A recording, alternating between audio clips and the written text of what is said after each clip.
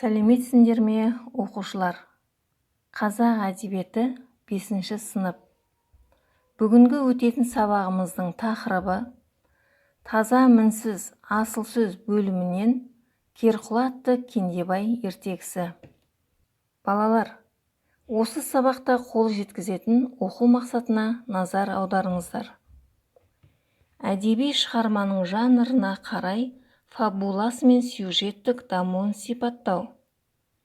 Көркем шығармадағы кейіпкерлер портреті мен іс-әрекеті арқылы образын ашу.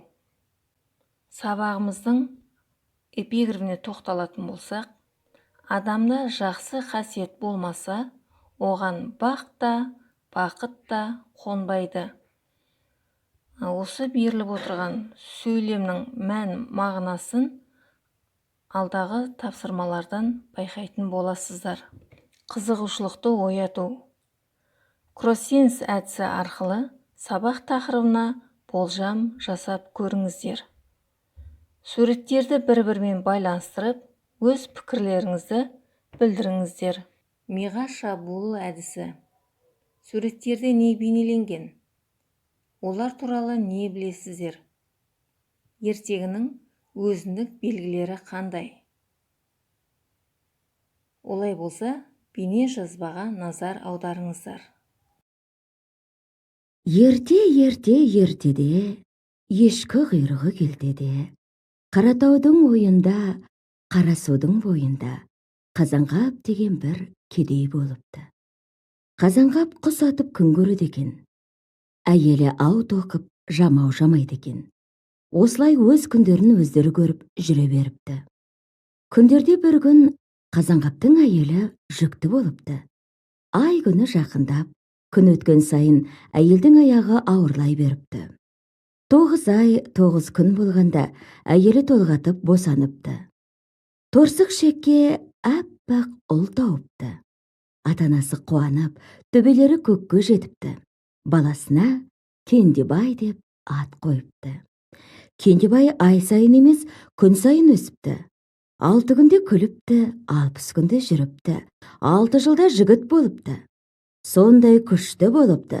Алысқанын алып ұра беріпті, күрескенін жыға беріпті. Шыңырау құдыққа құлаған атандарды жалғыз тартып шығара беріпті. Аң аулап, әкесіне жәрдемдесіпті. Бара-бара құлан алыпты, Құралайдың көзінен тегізген мерген болыпты. Арқар мен киікті, құлан мен маралды мая-мая ғып үйіп тастапты. Қарасудың бойындағы қара үйлі кедейлер қарық болыпты да қалыпты. Күндерде бір күн Кендебай аң аулап жүрсе, Қаратаудың ойында, терең құздың бойында, арыстандай көкжал бөрі бір буаз биені жаңа ғана жарып жегелі жатыр екен. Кендебай жүгіріп барып, көкжалды құйрығынан ұстап алып, бұлғап лақтырып кеп жіберіпті. Қасқыр арс етіп, аузын қисаңдатып, өліпті де қалыпты. Кендебай қасқырдың терісін сойып алып, биенің қасына келсе, бие жан таласып өлгелі жатыр екен. Кендебай алмас қанжарымен биенің қарнын жарып жіберіп, құлынын суырып алыпты. Арыстай еркек құлын екен. Кендебай құлынды үйіне алып қайтыпты. Оны құланның сүтімен асырапты. Құлын сағат сайын емес, минут сайын өсіпті. 6 айдың ішінде 6 кез ат болып шығыпты. Аттың түсі керғыла болыпты. Кендебай керғыланы үйретіп мініп, түн қатып жүріп, аң аулапты. Керғыла қуса жетіп, қашса құтылатын, аузымен құс түстеген ерен жүйрік болыпты. Кендебай керғыланы құстай ұшырып, Алтығырдың ар жағынан қаша жөнелген құланды көзді ашып жұмғанша қуып жетіп, құйрығынан ұстайтын болыпты. Кендебай осылай аң аулап, ел аралап жүре беріпті. Ол мейлінше қайырымды болыпты. Жылағанды жұбатыпты, жатсынуды сүймепті. Табысына бүкіл ел ортақ болыпты. Керғылатты Кендебай батыр атанып, әлемге аян болыпты. Күндерде бір күн Кендебай аң аулап, алысқа ұзап кетіпті. Кетіп бара жатып, қозысын бағып жүрген бір балаға кездеседі. Бала еңіреп жылап жүр екен. Кендебай жетіп келіп, көзің жасты, көкірегің қайғылы, неткен жансың деп сұрапты. Баланың басы тас, киімі өрім екен. Ардақтаған анаңды алса, төгілмей ме ырысың, асқар таудай әкеңді алса, көрген күнің құрысын деп қоя беріпті бала. Не болды? Жөндеп айтшы деп сұрапты Кендебай. Бала көзінің жасын көл қылып, ауыр бір күрсініп алып, былай деп жауап беріпті. Мен Мергенбай деген батырдың жалғыз баласы едім. Қазір 6-ға шықтым. Биыл 4-ші жыл. Елімізге жау тиіп, жылқы біткеннен түгерге тұяқ қалдырмай айдап кетті. Әкем алып ұйқылы батыр еді. Ұзақ жортолдан келгенде 6 күн қатарынан ұйықтайтын. Осы ұйқыда жатқанда әкемді жау әскері байлап әкетті. Әкемді арашаламақшы болып жетіп барған шешемді қайырымсыз жау алдына өңгеріп жөнеп берді. Мен жетім қалдым.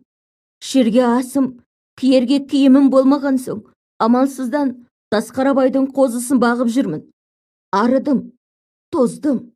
Ернім жалақ, басым таз болды. Содан бері көзімде жас, көңілімде қайғы. Мен әке шешеме жылаймын, бай жылқысына жылайды. Одай болса жылама. Мен әке шешеңді іздеп тауып берейін, деді Кендебай. Бала қуанып кетеді.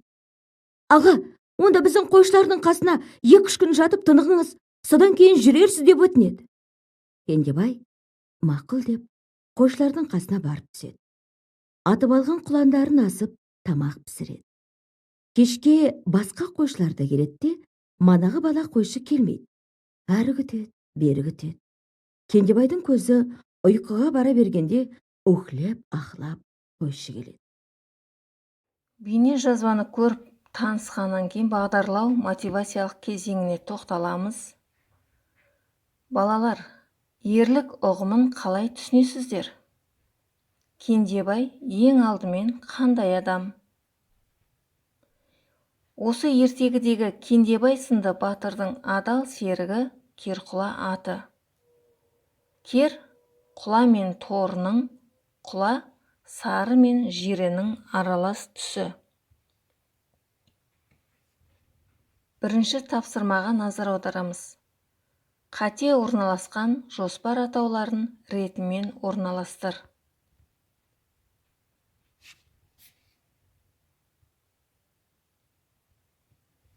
Екінші тапсырма.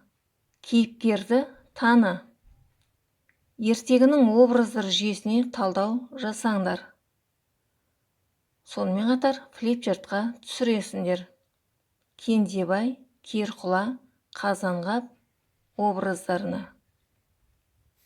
Екінші тапсырманы орындап болса, үшінші тапсырмаға көшеміз. Жырдағы кейіпкерлердің портрет мен іс-әрекетін талдаңыз.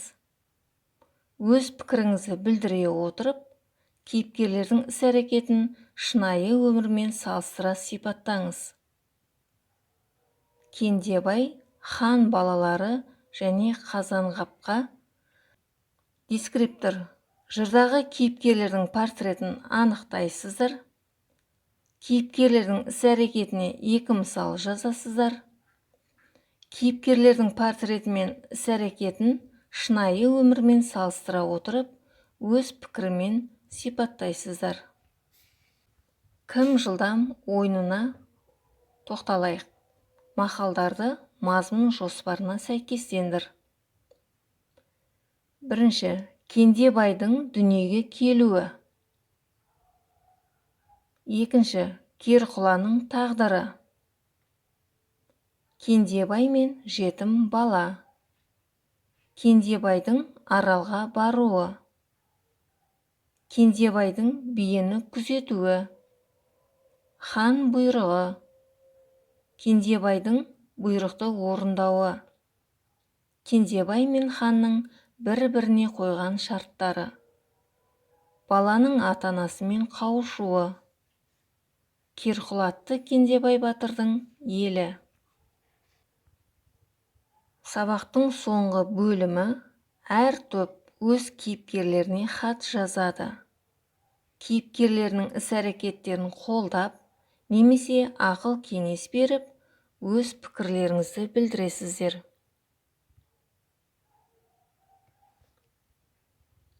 Үйге тапсырма менің досымның басынан кешкендері тақырыбына ертегі өрбітіп жазып келу.